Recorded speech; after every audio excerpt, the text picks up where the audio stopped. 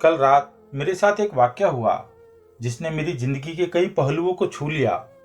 करीब 7 बजे होंगे, शाम को मोबाइल बजा। उठाया तो उधर से रोने की आवाज़ आई। मैंने शांत कराया और पूछा कि भाभी जी आखिर हुआ क्या है। उधर से आवाज़ आई, आप कहाँ हैं और कितनी देर में आ सकते हैं। मैंने कहा, आप परेशानी बताइए और भाई साहब कहाँ है, माता जी कहाँ है, आखिर हुआ क्या है। भाभी जी ने फोन पर केवल एक ही रट लगा रखी थी कि आप आ जाइए। मैंने आश्वासन दिया कि कम से कम 1 घंटा पहुंचने में लगेगा। जैसे तैसे पूरी घबराहट में मैं पहुंचा। देखा तो भाई साहब सामने बैठे हुए हैं। भाभी जी रोना चीखना कर रही है। 12 साल का बेटा भी परेशान है। 9 साल की बेटी भी कुछ नहीं कह पा रही है। मैंने भाई साहब से पूछा कि आखिर क्या बात है। भाई साहब कोई जवाब नहीं दे रहे थे। फिर भाभी जी ने कहा, यह देखिए तलाक के पेपर, यह कोर्ट से तैयार कराकर लाए हैं, मुझे तलाक देना चाहते हैं। मैंने पूछा, यह कैसे हो सकता है, इतनी अच्छी फैमिली है, 2 बच्चे हैं, सब कुछ तो बढ़िया है। प्रथम दृष्टि में मुझे लगा यह मजाक है, लेकिन मैंने बच्चों से पूछा, आपकी दादी माँ कहाँ है। बच्चों ने बताया, पापा ने उन्हें 3 दिन पहले नोएडा के वृद्ध आश्रम में शिफ्ट कर दिया है। मैंने घर के नौकर से कहा, मुझे और भाई साहब को चाय पिलाओ। कुछ देर में चाय आ गई। भाई साहब को चाय पिलाने की बहुत कोशिश की गई, लेकिन उन्होंने चाय नहीं पी और कुछ ही देर में वह एक मासूम बच्चे की तरह फूट फूट कर रोने लगे। बोले, मैंने 3 दिन से कुछ भी नहीं खाया है। मैं अपनी 71 साल की माँ को कुछ लोगों के हवाले करके आया हूँ। पिछले साल से मेरे घर में उनके लिए इतनी मुसीबतें हो गई कि मेरी पत्नी ने कसम खा ली कि मैं माँ जी का ध्यान नहीं रख सकती। ना तो यह उनसे बात करती थी और ना ही मेरे बच्चे बात करते थे। रोज मेरे कोर्ट से आने के बाद माँ खूब रोती थी। नौकर तक भी अपनी मनमानी से व्यवहार करते थे। माँ ने 10 दिन पहले बोल दिया, बेटा तू मुझे वृद्ध आश्रम में छोड़ा। मैंने बहुत कोशिशें की पूरे परिवार को समझाने की, लेकिन किसी ने माँ से सीधे मुंह बात तक नहीं की। जब मैं 2 साल का था तब पापा की मृत्यु हो गई थी। दूसरों के घरों में काम करके मुझे पढ़ाया, मुझे इस काबिल बनाया कि आज मैं जज हूँ। लोग बताते हैं कि माँ कभी दूसरों के घर में काम करते वक्त भी मुझे अकेला नहीं छोड़ती थी। उस माँ को मैं वृद्ध आश्रम में छोड़ाया हूँ। पिछले 3 दिनों से मैं अपनी माँ के उन दुखों को याद करके तड़प रहा हूँ जो उसने केवल मेरे लिए उठाए थे। मुझे आज भी याद है, जब मैं 10वीं कक्षा की परीक्षा के लिए तैयारी कर रहा था तब माँ मेरे साथ रात रात भर बैठी रहती थी। एक बार माँ को बहुत बुखार हुआ। मैं तभी स्कूल से आया था। उसका शरीर गर्म था, तप रहा था। मैंने कहा, माँ तुझे तो बुखार है। हंसते हुए बोली, अभी खाना बना रही थी इसलिए गर्म हो गया है। लोगों से उधार मांगकर मुझे दिल्ली विश्वविद्यालय में एलएलबी तक पढ़ाया।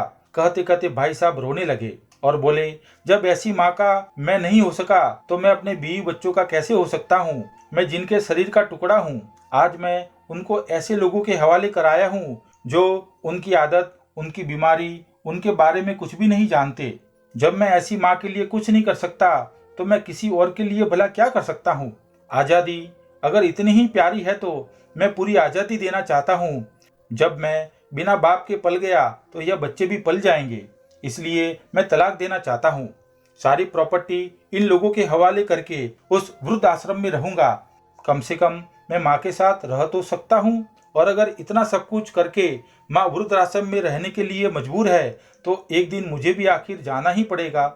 माँ के साथ रहते रहते आदत भी हो जाएगी। माँ की तरह तकलीफ तो नहीं होगी। जितना बोलते उससे भी ज़्यादा रो रहे थे। बातें करते करते रात के 12:30 बज गए। मैंने भाभी जी के चेहरे को देखा। उनके भाव भी प्रायश्चित और ग्लानि से भरे हुए थे। मैंने ड्राइवर से कहा, अभी हम लोग नोएडा जाएंगे।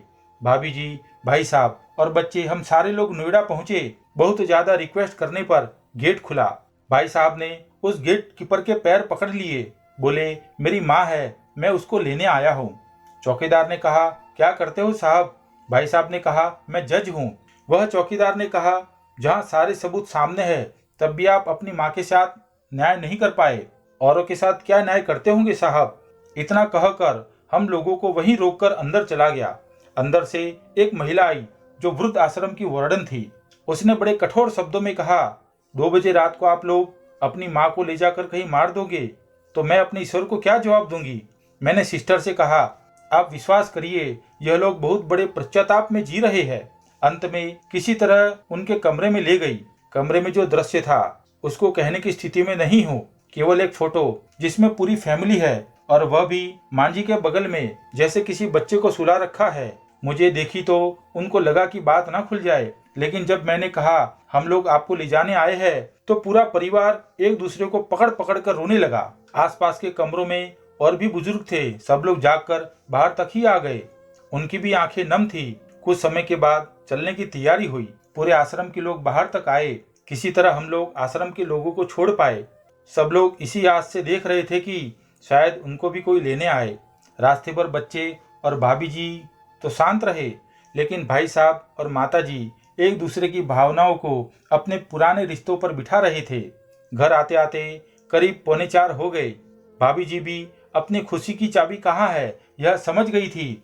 मैं भी चल दिया, लेकिन रास्ते पर वही सारी बातें और दृश्य घूमते रहे। माँ केवल माँ है, उसे मरने से पहले ना मारो। माँ हमारी ताकत है, उसे बेसहारा ना होने दो। अगर वह कमजोर हो गई तो हमारी संस्कृति की रीढ़ कमजोर हो जाएगी।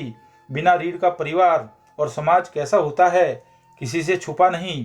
अगर आपके परिचित परिवार में ऐसी कोई समस्या हो तो उसको यह जरूर सुनाए, बात को प्रभावी ढंग से समझाए। कुछ भी करे, लेकिन हमारी जननी को कभी बेसहारा ना होने दे।